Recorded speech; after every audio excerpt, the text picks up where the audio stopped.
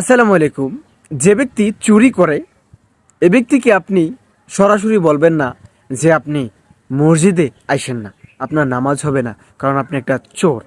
একথা বলবেন না চোরকে।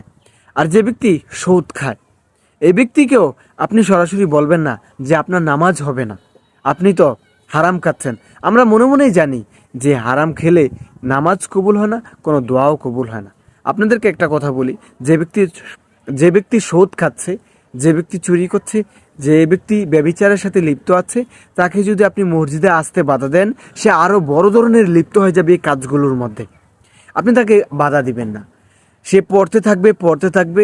একটা সময় এই নামাজ সকল অশ্লীলতা থেকে, সকল খারাপ কাজ থেকে তাকে বিরত করিয়ে দিবে। এটা আল্লাহর ব্যাপার, আপনি নিষেধ কখনোই করবেন না, সে নামাজ পড়তে থাকুক। যদি আপনি নিষেধ করেন হিতে বিপরীত হয়ে যাবে, আপনি গুনাহগার হতে পারেন, অর্থাৎ তার শাস্তিটা আপনার কাঁধে আসতে পারে।